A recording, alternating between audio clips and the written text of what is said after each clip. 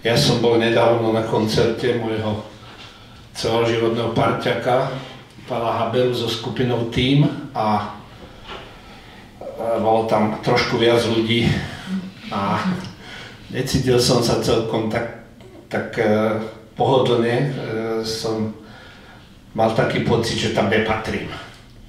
Že nemám rád ten svet čísel a kvantity a merania a počtov a náhlenia, takže som veľmi rád, že som práve tu v kabinete pomalosti. To sa dá aj tak povedať, že pomalosť, že malé počty ľudí, lebo to je môj svet. Ja vždy patrím k menšinám a som teda rád prijal toto pozvanie, aby som tu povedal zo pár svojich básničiek. A okrem toho môže sa stať, že ako volakedy, keď som mal takýto nejaký program, kde prišlo na začiatku 5 ľudí, tak postupne sa ukázalo, že je tých ľudí čoraz viac a na konci to bolo skoro až také prekvapenie. No, ďakujem, že ste prišli iba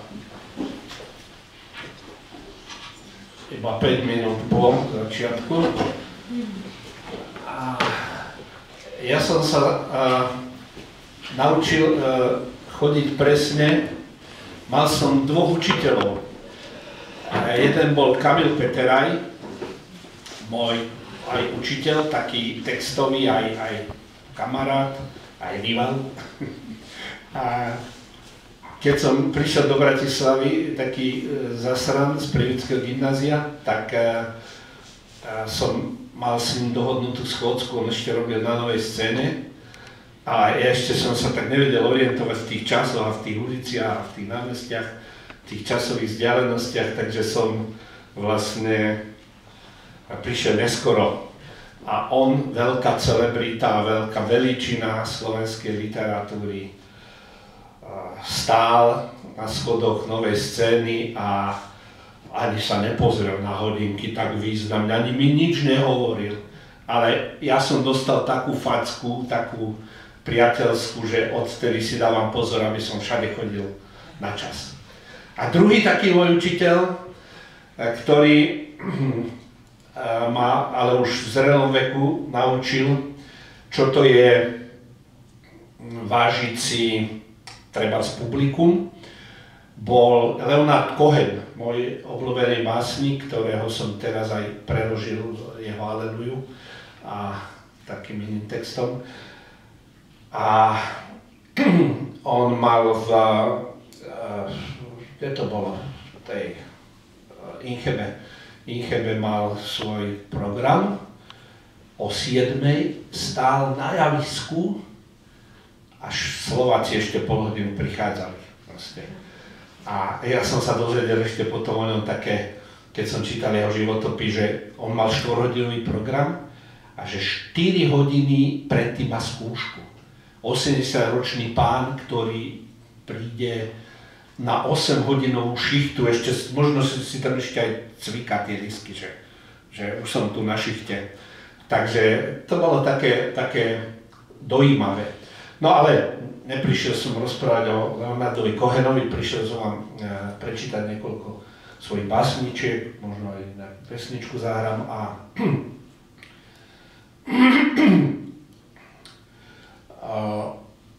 ja som napísal takú knihu, ktorá sa volá Elektronkový klaun, vyšla strašne dávno a to bolo ešte v socializme, kedy sa na knižky čakalo, normálne v knihkupectvách, antikvariátoch a knižky sa opisovali ako drahocennosť, že sa rozchytal náklad a tí, ktorí ju chceli mať, tak si to opisovali a xeroxovali všelijako na čierno. Bolo to veľmi zvláštne, nenormálne a dnes som rád, že sa tie knižky proste sú k dispozícii. No a keďže vonku je taká zima nevľúdna, tak mám také básničky o láske, aby sme si tak zohriali aj dlane, aj ak máte s kým, aj srdcia. Tak, túto pieseň nezaspievam, je to skoro taká bytnická poézia, vtedy som písal takéto básničky. Zima a ostatné spomienky. Naša láska vznikla ako záhadná chemická reakcia, ktorú nik nečakal, ktorej nik nerozumie. Dva atómy sa spoja a zrazu sedíme na mokrej lavičke. Hladkám ti tvár, je ti zima v koženej bunde, vzducholode zhasínajú, lampy visia vo vzduchoprázdne ako ošúchané symboly. Obleky za oknami sa vyzliekajú zo svojich ľudí, zametači nás zametajú. Je minúta po polnoci. Ulicami chodia oranžové smetiarské autá, radary pracujú, v celofáne vzduchu sa prechádzajú cigarety, netopiere letí a spievaš mi francúzsku pesničku. Je jar, leto, jeseň v tomto dni uprostred zimy.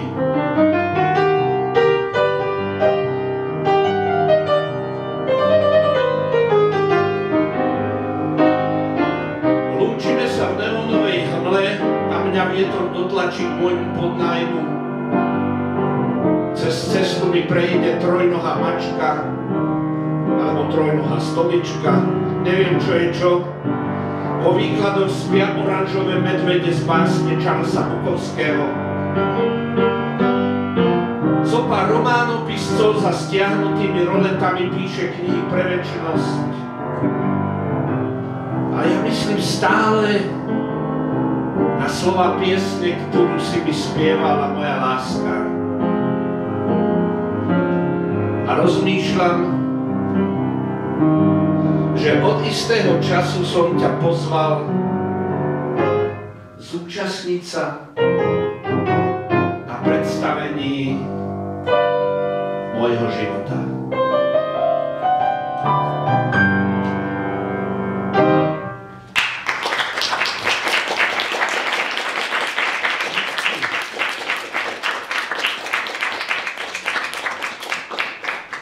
Ešte jedna taká báseň z tých čias, už bez hudobného sprievodu. Moje a tvoje lode.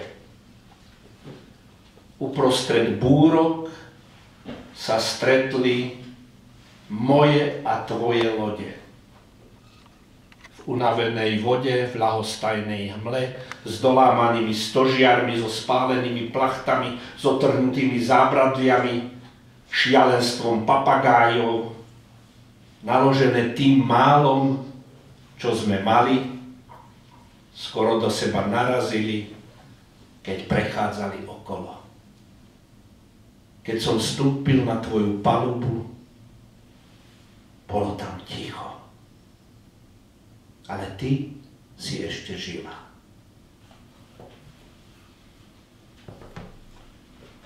Áno, to je všetko. No ale nebudem vám čítať staré básničky, prečítam vám niečo z novšej tvorby. Anna nabáda, podnecuje, inšpiruje moje bás. To nie je moja báseň. A to nie je aj moja kniha. Ale ja myslím, že už by sme mohli odhaliť toto sprísahanectvo a zavolať na pódium toho, kto tieto básne napísal, pre ktorú ju napísal. Tono Repka!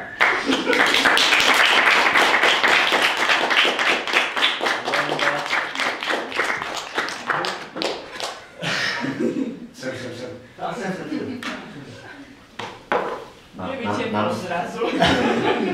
Mám s Nemčnom stať alebo sedieť, môžem si sadnúť? Vy ste doma. Aha, dobre. Som doma, ale padá mi mikrofón. Dobre. Akurát som dával pred chvíľkou môjmu najlepšiemu kamošovi Greškovi, že taký nervózny som nebol ani pred svadbou, čo je veľmi ľahké, lebo pred svadbou som nebol nervózny vôbec, teraz som bol veľmi. Anička, môžeš si za to sama, totiž. A naozaj môžeš. 4. januára 2025, dobre vravím, dal príspevok Daniel Hevier na svoj Facebook o tom, že tohto roku sa dožíva životného ľubia 70 rokov. To nie je také isté. A tak dúfajme. 6. decembra. A že chce venovať niekoľkým ľuďom to najcennejšie, čo má, čas. A teda, že bude robiť niektorým z nich, z tých, ktorí sa prihlásia mentora, prihlásilo sa tých ľudí 70, veľmi symbolicky, a nakoniec teda aj tých ľudí vybral viac. Mňa nie, ale moja prosba bola oveľa trúfalejšia, ale už keď bola rukavica hodená, Anička mi vravila, napíš Hevierovi, tak som povedal, dobre, chcela si to, tak napíšem Hevierovi. A samozrejme nečakal som, že Hevier odpíše. Hevier odpísal, Daniel Hevier odpísal a odpísal pozitívne, čomu doteraz neverím, že teraz sedím nie že s maturitnou otázkou na pódiu, s tým, že ja som ho poprosil, aby uviedol zbierku básní, ktoré som za posledných 18 rokov napísal Aničke. Mnohé z nich chýbajú, postupne nachádzam ďalšie a ďalšie a už je to vytlačené. Celé som to vlastne myslel pred 10 dňami. Nečakal som, že odpoveď bude pozitívna, ale pozitívna bola. Takže teraz ideme uviesť knižku s básničkami o Aničke. Vôbec neviem, ako sa to robí. Nemá to scenár, nemá to nič, ale aby toho boli účastní aj ďalší ľudia, tak aby som vás poprosil, poďte donútra, aj ostatní, hej.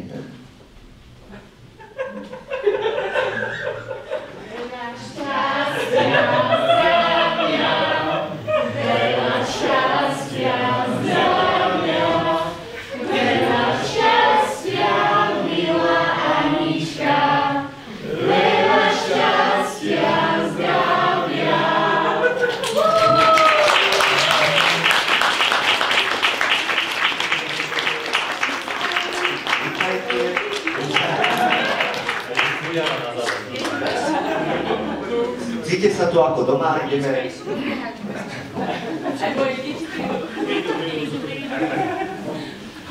vás nudiť poéziou, no baviť, ešte neviem, ako to chcel vypaliť. Keďže som nechcel, aby Anička hneď na prvú zistila, čo ide, aj keď to asi tušila, tak máme tu dopad komparzistov z Fakulty sociálnych a ekonomických vied. Priateľov, novíc, vernovky. Ak chcete, môžete tu povedať ostať, to je to úplne na vás.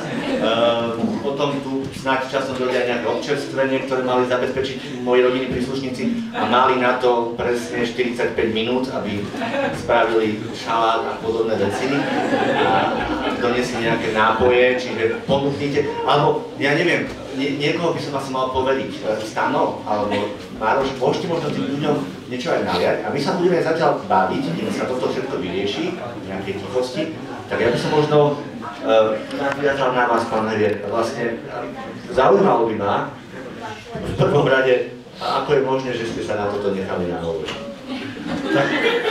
Ja som ako ryba vo vode, ja som za každú takúto milú vec a tak som veľmi rád prijal, dokonca som si to tak celé pripravil, dal som si vytlačiť tričko, dúfam, že ste to vy dvaja. My sme sa naozaj nikdy predtým nesretli osobne. Áno, bol som na kurze Daniela Heviera, v čase, keď Slovensko vyhralo bronz na majstrovstvách, striebro na majstrovstvách sveta v Helsinkách v 2012. No, takže som sa pripravoval, básničky som si chystal, mám ešte ďalšie do zásoby a som veľmi rád, že takáto mystifikácia. Chystali sme to dosť dlho, že? 2 týždne? 10 dní asi, no. No. Takže všelijaké konšpirácie a... No, dobre, čiže neviem, či mám niečo hovoriť už o tejto básni. To už je teraz váš program. Dobre, ja že v princípe, napísal som tie básne ja, ale veľa umenia tam nie je. Ja som v podstate opisoval každodenný život s Aničkou, Čiže ak chcete vedieť, aká je Anička, prečítajte si túto knihu, ale zároveň táto kniha je odpovedala aj na to, aký som ja, aký chcem, aby ste si mysleli, že som. Lebo... To už poznáme.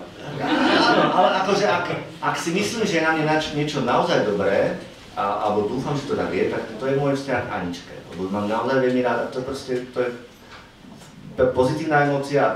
Dúfam, že tú pozitívnu emóciu premeniam aj v každodennom živote na nejaké pozitívne skutky, ktorých nerobím stále nejak veľa dobre, ale hádam voči Aničke to tak je. Keď som o tom rozprával s kolegyňami a kolegami, tak jedna naša kolegyňa Andy Šotová, keď sme sa o tom bavili, tak vravala, že no, skvelé, ale vôbec ma to neprekvapuje. A ja som na to zabudol a vravala, že keď som nastúpil do novej práce, ja som predtým robil 8 rokov pre Pohodu, teraz robím vlastne to isté PR pre Univerzitu Komenského, tak aj prvú vec, ktorú som povedal na stretnutí s mojimi takmer novými kolegami a kolegyňami, bolo, že som Tonko Repka a mám veľmi rád Aničku. A potom som pokračoval s nejakými ďalšími, menej podstatnými vecami. Neviem, prečo som to povedal v tej chvíli, ani si to nepamätám, ale zrejme to vystihuje veľmi a veľa vecí o mne, aj prečo sa vlastne toto celé stalo. Neviem povedať, či je to viac fotokniha, alebo retrospektíva, tu aj píšem, že piesne, básne, priania a iné retrospektívy. Čiže je to takýto súbor básničiek a neviem, že či môžem začať tým, že niektorú z nich prečítam. Slúši sa to? Tak vy ste tu doma. Ja som tu doma, tak prečítam najprv jednu smutnú. Tak to bude mol. To bude mol. Táto báseň vznikla na stavbe. Brigadoval som na stavbe v Bratislave v roku 2007, tajne zamilovaný spolužiak Aničky a napísal som to do tlačidlového mobilného telefónu počas obednejšej prestávky. Našiel som najlepšiu žiletku na svete, no s ňou sa neholí. Bez nej mi srdce zarastá viac než tvár. Zrazu chcem celý život chodiť len do školy, no rokov ostáva, raz stvorme spolu pár. Pri tanci s tebou chcem opäť vnímať muziku. Keď s tebou jem, chcem vnímať jedla chuť.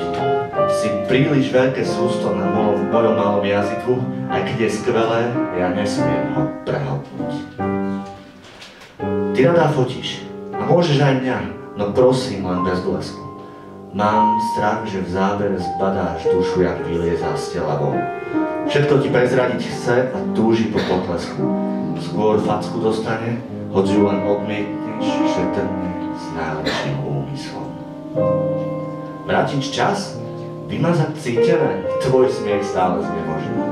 Nech pery ti pokrýva nič, lesk či rúž. Bol som ti priateľom, dnes nápadník nemožný.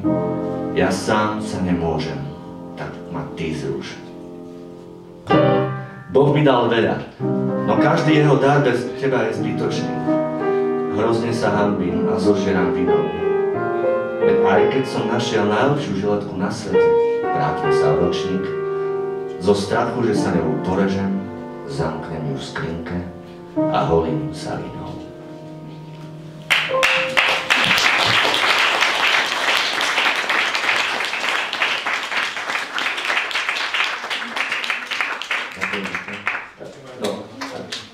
Čo mňa vlastne väčšinou, čo ma motivovalo, keď som písal básničky, keď som bol mladší, bolo to, že som bol nešťastne zamilovaný. A potom vlastne som si uvedomil, že keď som bol už šťastne zamilovaný, tak tých básničiek som písal možno aj menej, čo je škoda, ale občas som sa o to pokusil, väčšinou počas toho, keď mala Anička nejaký sviatok, narodeniny, meniny, alebo keď sme mali nejaké výročie.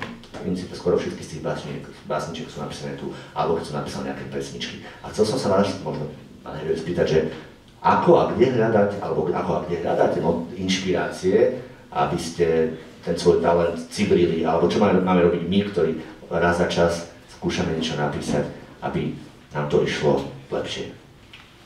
No ja tu naozaj nechcem vstupovať, ja som tu len poslúchač teraz, ale chcem vám povedať inú vec, tieto otázky to necháme,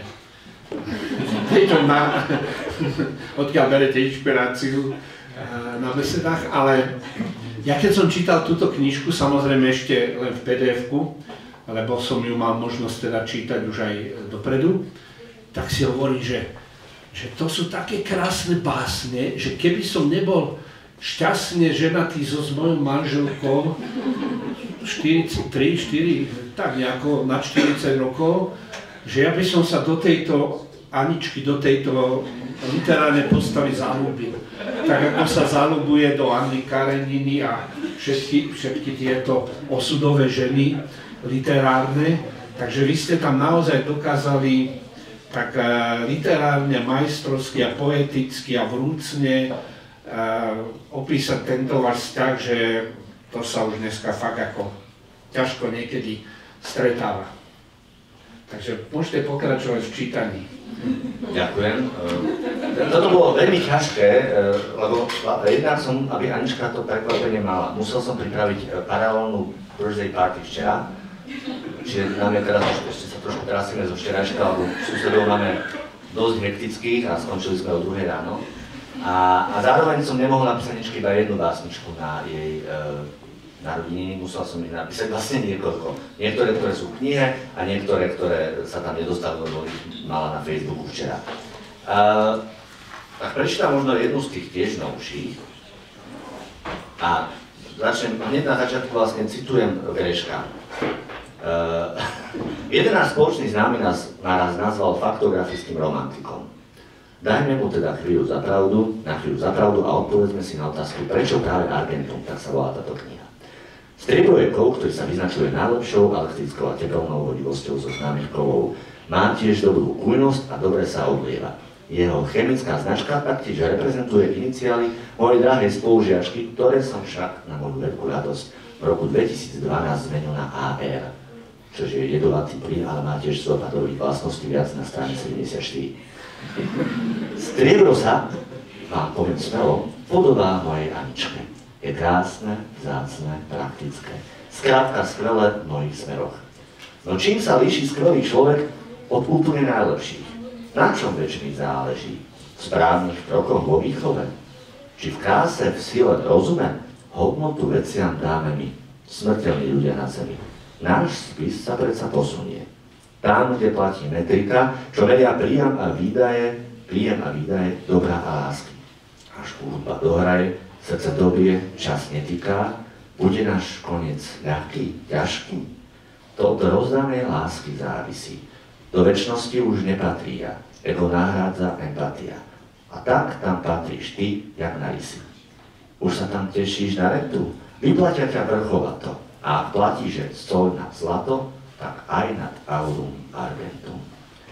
Vnesiem do toho básne maličky pohľad na tému Aničky.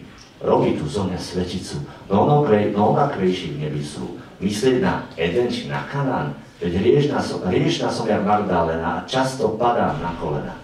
Ja o to väčšmi rád ťa mám.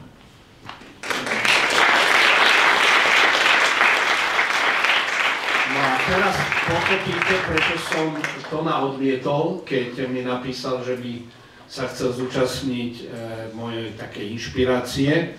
Ja som mu napísal, že Tono, vy nepotrebujete nejakého mentora, vy už ste sám sebe mentorom a učiteľom a vy už sám si budete stanovovať váš osobný aj poetický rast, takže dali sme prednosť potom takým ľuďom, ktorí to viacej potrebovali, či to boli deti alebo iní. Áno, táto odpoveď mi prišla, keď sme boli v Brne vo vedeckom centre VIDA, či ako sa to volá, a teraz som sa mal tváriť, že som v poriadku. Prišla to dovedena, že Anina, prídem vám uviesť knihu pre manželku na 40-ku a zároveň, že dobre si to napísal. Takže to mnou zamávalo. Ešte som chcel dodať jazykovú korektúru, aj keď veľmi krátko robila Vlasta Krešová. Nechcela, aby som to povedala, musel som. A Vlasta mi zároveň povedala, že riešil som, že koľko tých kníh mám vytlačiť a není to úplne vlastné spraviť tú väzbu a vlastne pre Aničku stačí.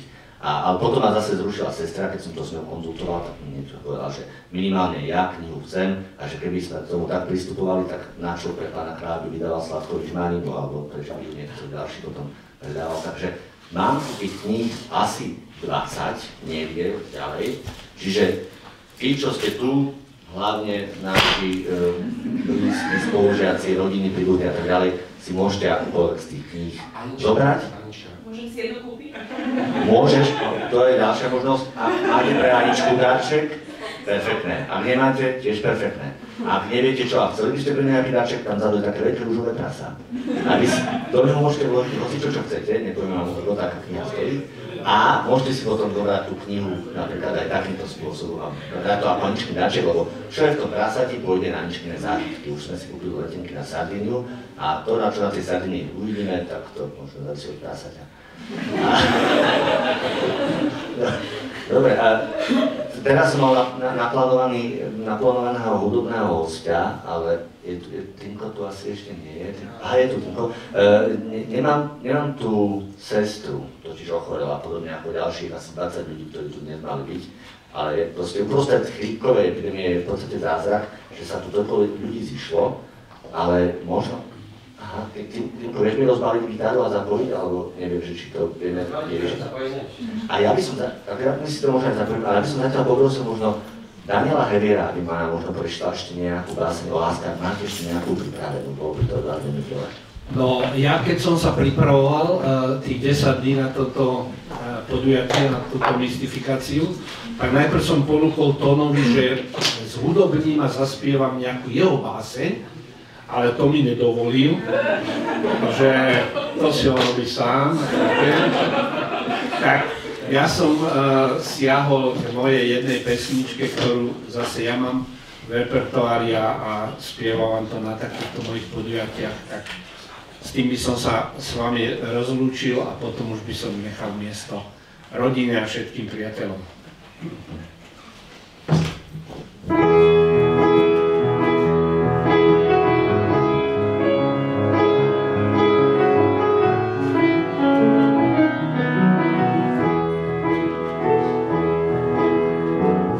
Pili sme kávu, čiernu od súmraku, hádzali kvety pod kolesá vlaku.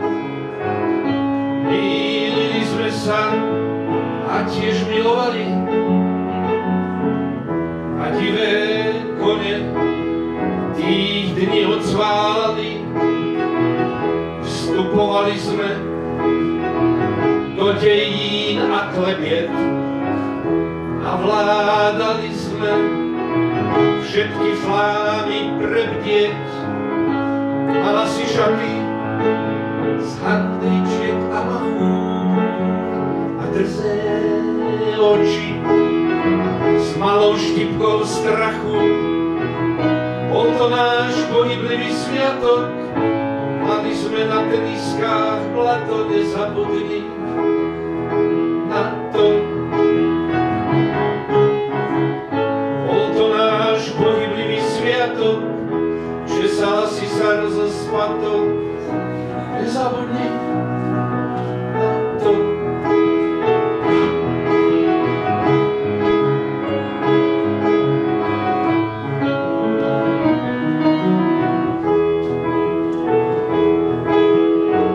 Našli sme v kartách dvojhlavého kráľa, ty si sa na mne hrkálkovo smiala. Čítali sme si v parkoch Sarena, tvoja dlaň bola od orieškov slaná. Bolo to všetko dočasne a večne. Stretneme sa zas už len nekonečne. Deravý je dážnik, pod ktorým sme stáli, a divé kone tých dní odsválali. Bol to náš pohyblivý sviatok a jeseň falšuje dnes zlato, nespomínali na to. Bol to náš pohyblivý sviatok, koniec sa vracia na začiatok. Vďaka ti, milá, za to.